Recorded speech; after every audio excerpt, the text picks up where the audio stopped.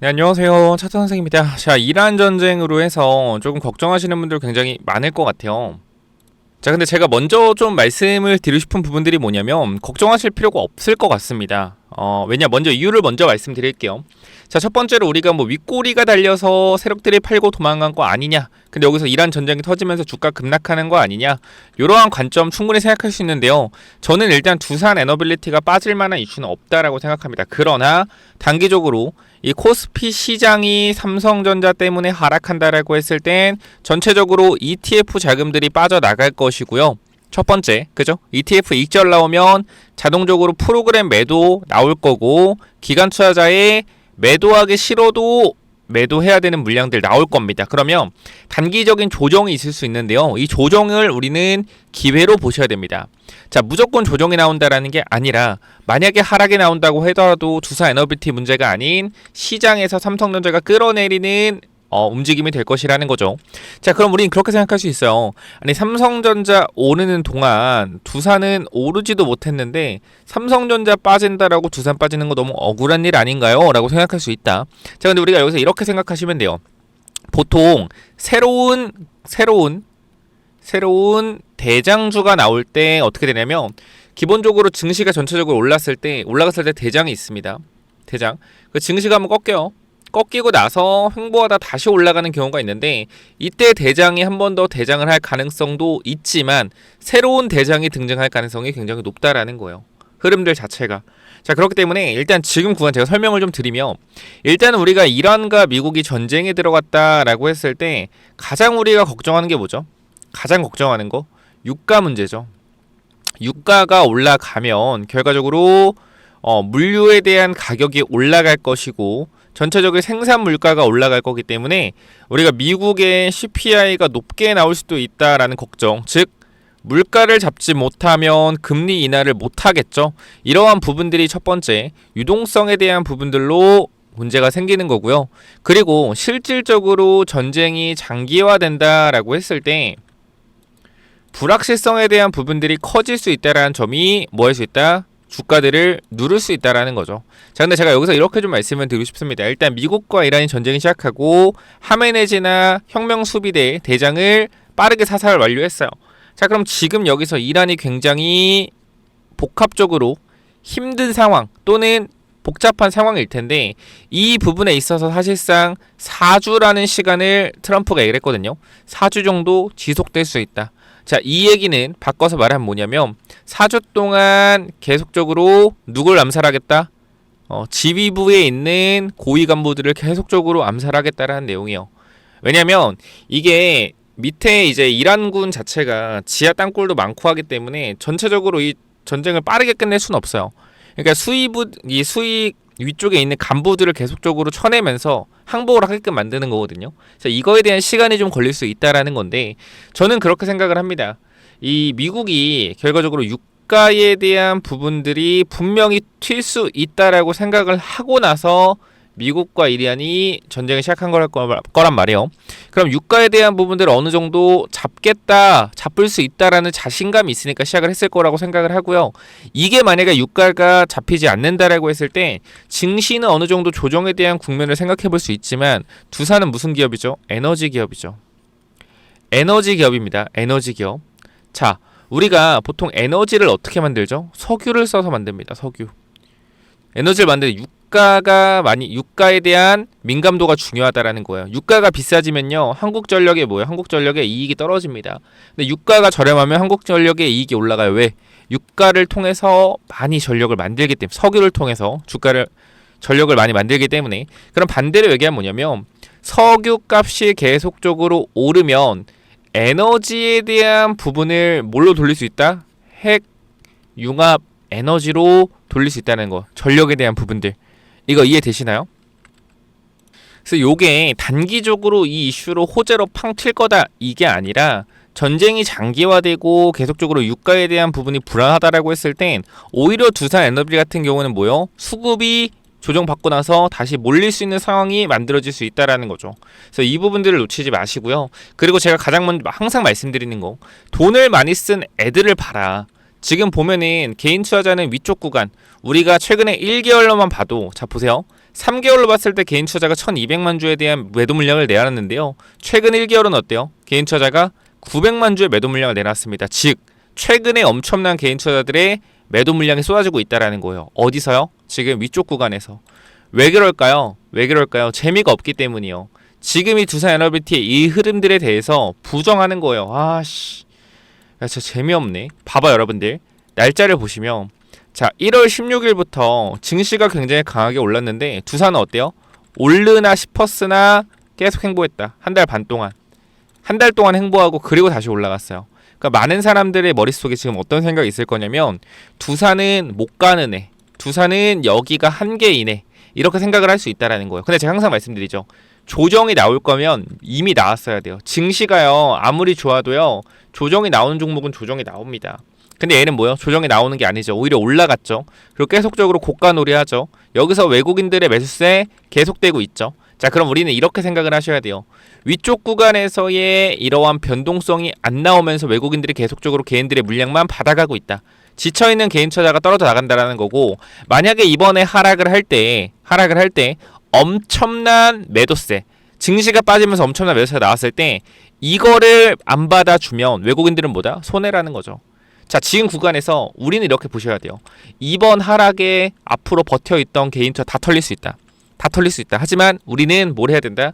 기회를 잡아야 된다. 두산에너비티 신규 진입 고민하셨던 분들, 저는 지금 구간 많이 올라간 가격이지만 조정이 강하게 나온다라고 했을 때 기회 잡을 수 있고요. 비중을 조절하셨던 분들도 마찬가지. 비중을 어느 정도 확대할 수 있는 구간이라 생각합니다. 무조건 빠진다라는 게 아니에요. 혹여나 조정이 나왔을 때 기회를 잡을 수 있는 구간이다라는 거 분명히 말씀을 드리고, 주식을 처음 하시는 분도 굉장히 많을 텐데 이 전쟁에 대한 부분들을 잘 여러분들이 인지하셔야 돼요.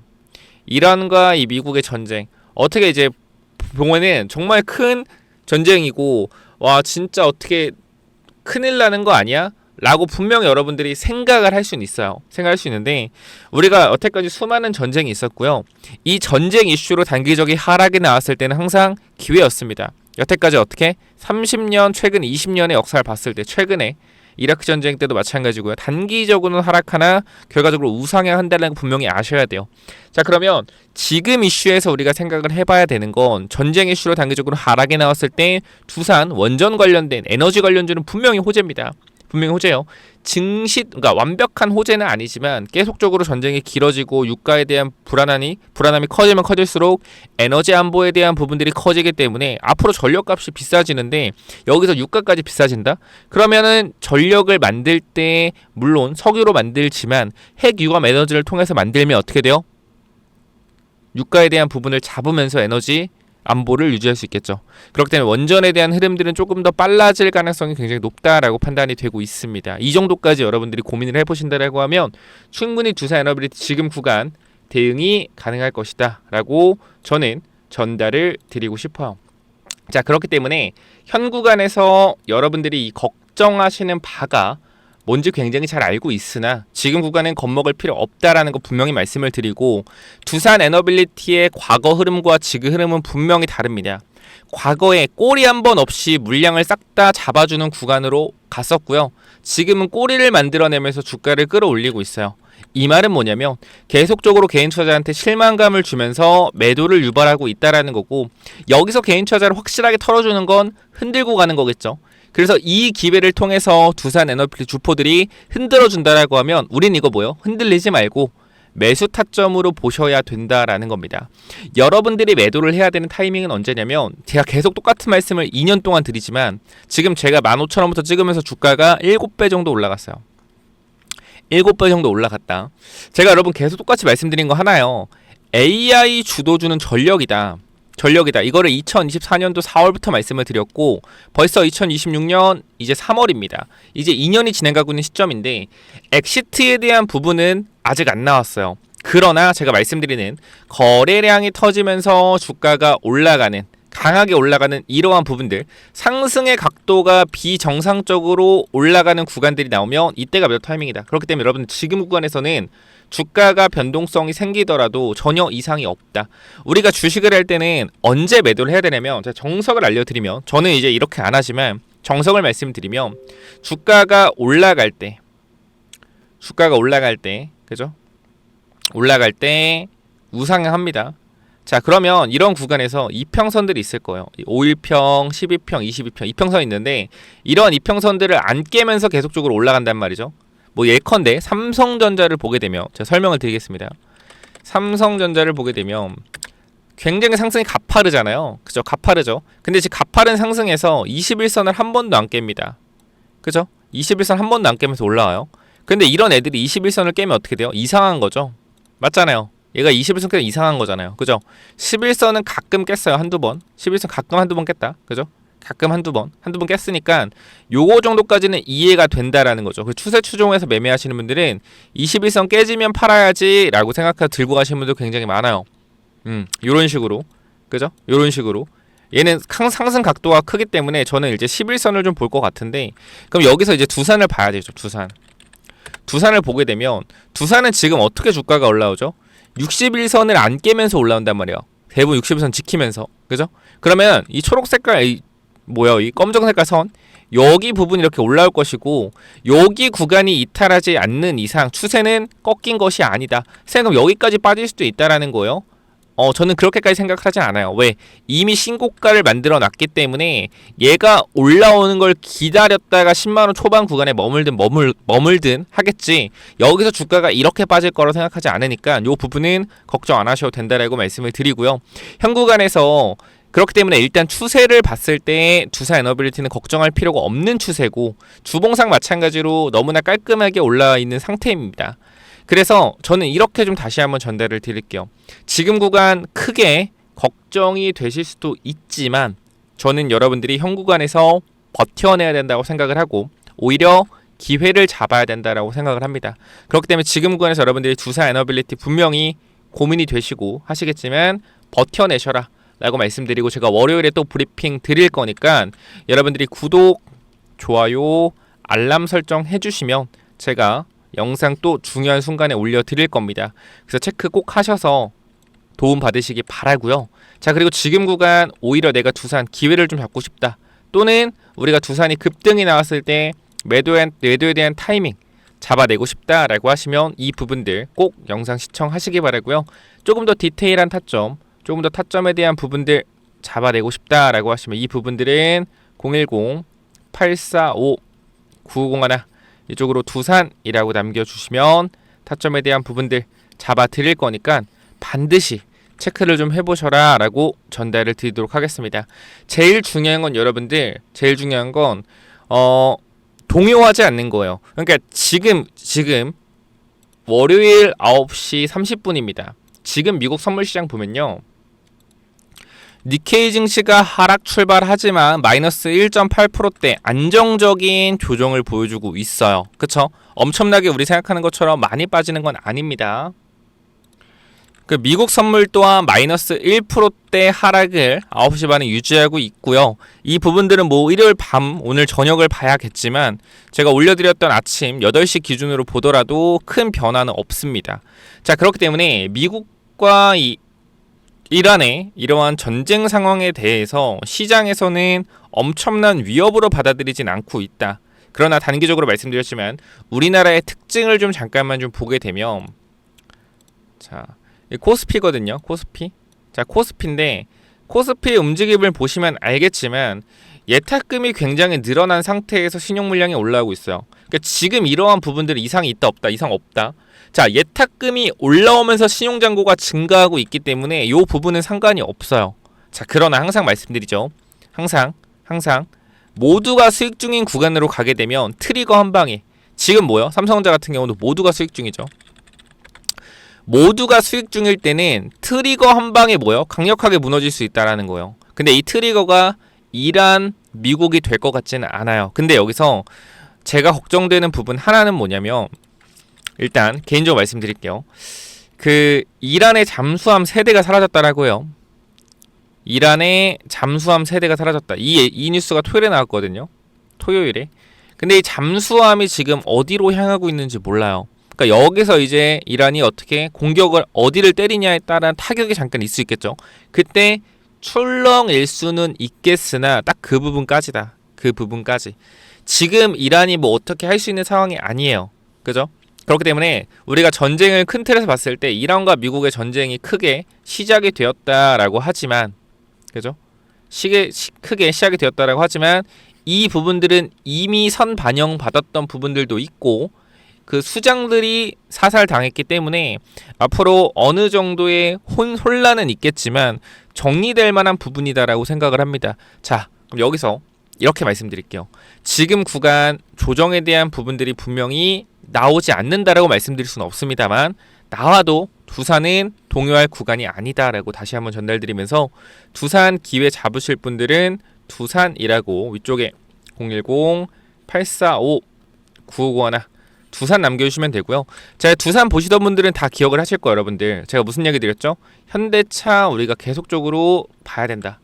현대차 봐야 된다라고 말씀을 드렸는데, 근데 아쉽게도 두산이 급등이 나왔으면 우리가 분할 매도하고 현대차 들어가면 좋았을 텐데 현대차 잡으신 분도 있지만 지금 못 잡으신 분도 굉장히 많아요. 그러니까 저는 현대차 계속적으로 조정이 혹시나 나오게 되면 두산을 가지고 있는 분들도 현대차 봐야 된다고 말씀을 드리고 싶고요.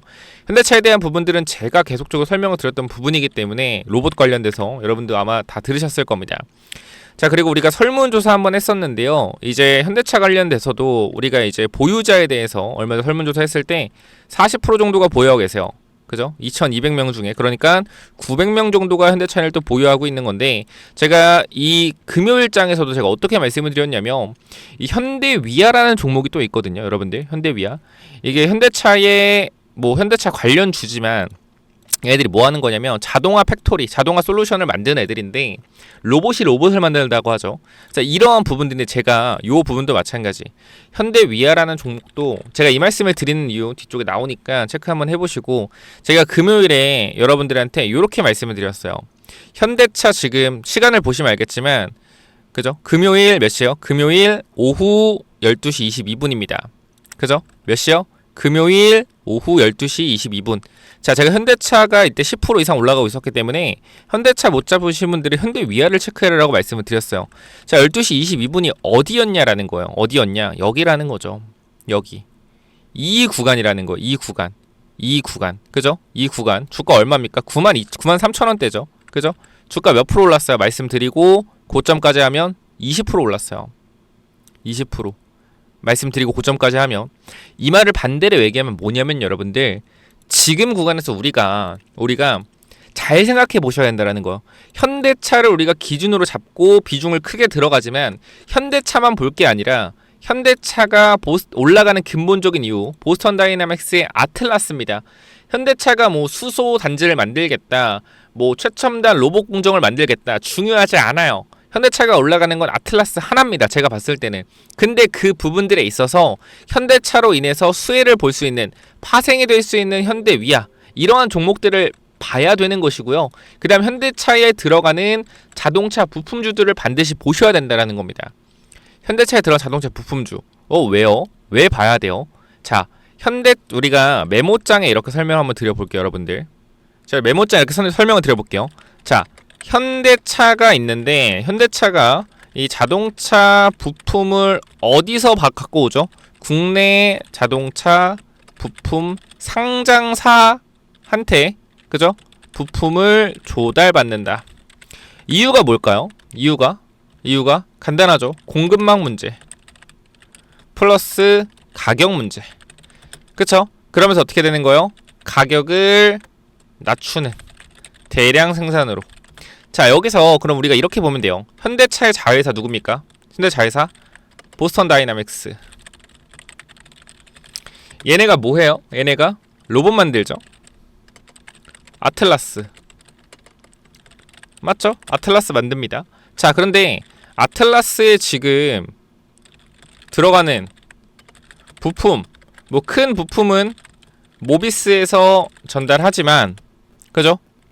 작은 세세한 부품들은 미국,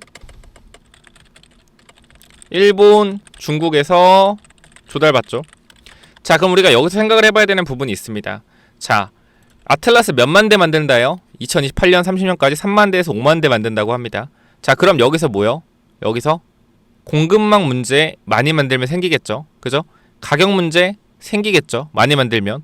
그러면 가격을 낮추려면 대량 생산으로 뭐 해야 된다? 낮춰야 되는데 부품에 대한 안정적인 공급망에 대한 문제와 가격 문제를 어떻게 해결할 것인가요? 아틀라스를 만들 때 답은 간단하다.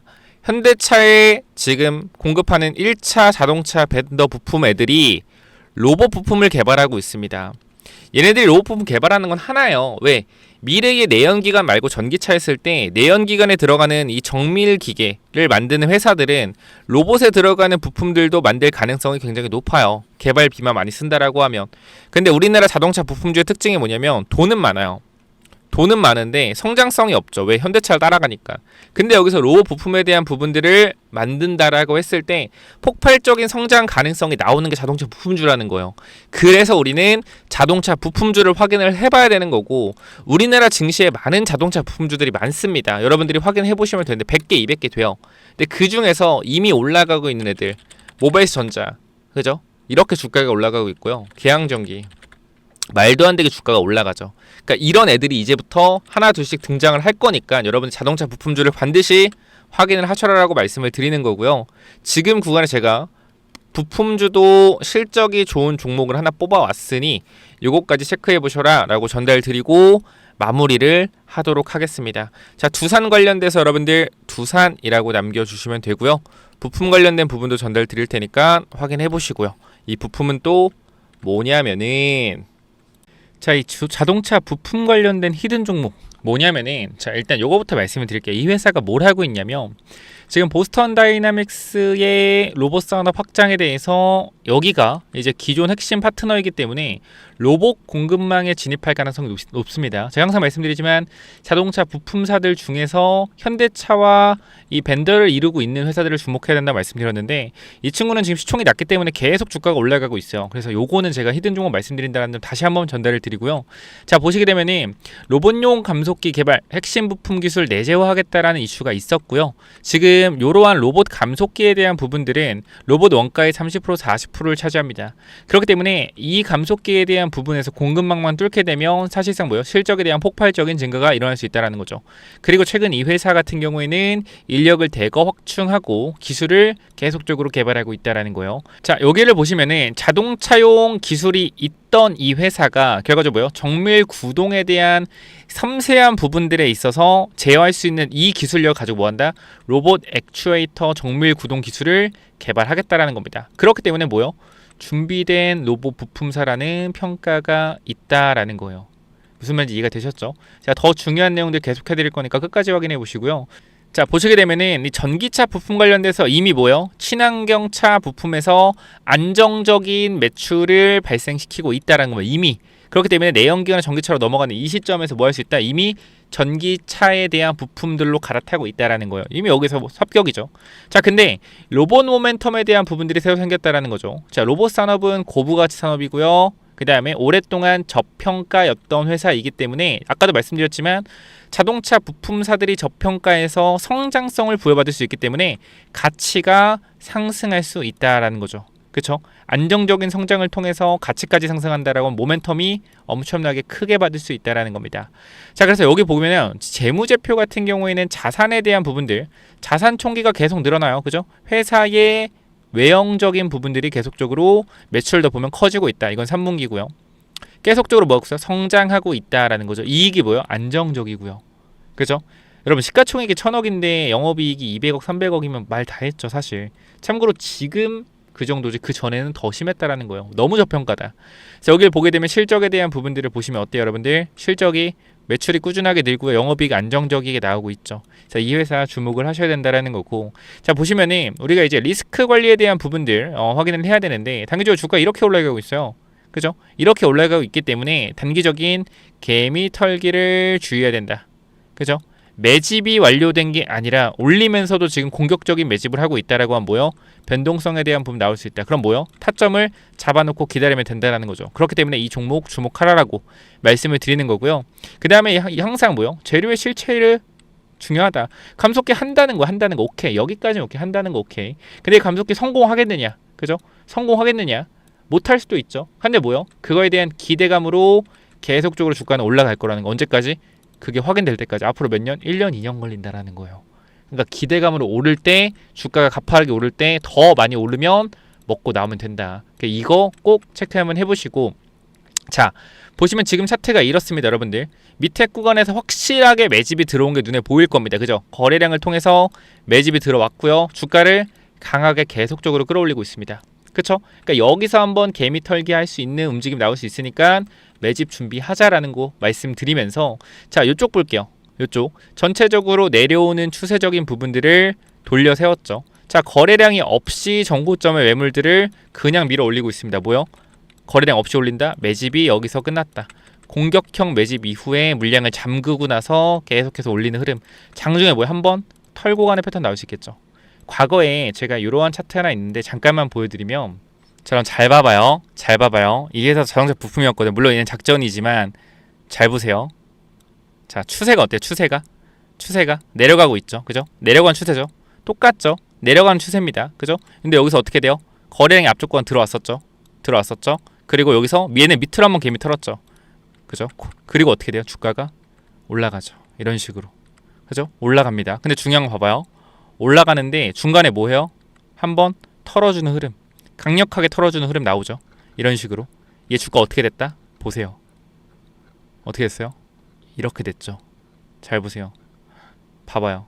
이게 뭐예요? 이게 작전주예요. 이게 작전주라고요. 7번에서 어디까지? 17,000원까지. 이렇게 올라갔었다라는 거예요. 그쵸? 그렇기 때문에 지금 이 종목과의 흐름도 매우 비슷하죠. 이 종목이 무조건 여기 간다는 게 아닙니다. 그러나 가능성이 높다라는 거죠. 왜? 결과적 시총도 낮고 그래서 이거를 많이 못 알려드린다라고 전달을 드리는 거니까 참고하시고요. 보시게 되면은 현재 구간에서 이 종목 여러분들이 꼭 체크 한번 해봤으면 좋겠다 라고 말씀을 드리면서 내가 요거 한번 체크해보고 싶다 라고 하시면 위쪽에 번호 남겨놓을 겁니다. 몇 번이죠?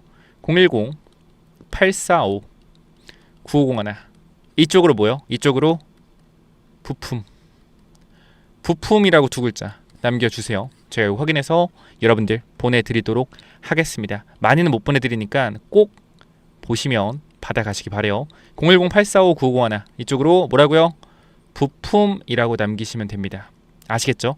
여기까지 하고 마무리할게요. 감사합니다.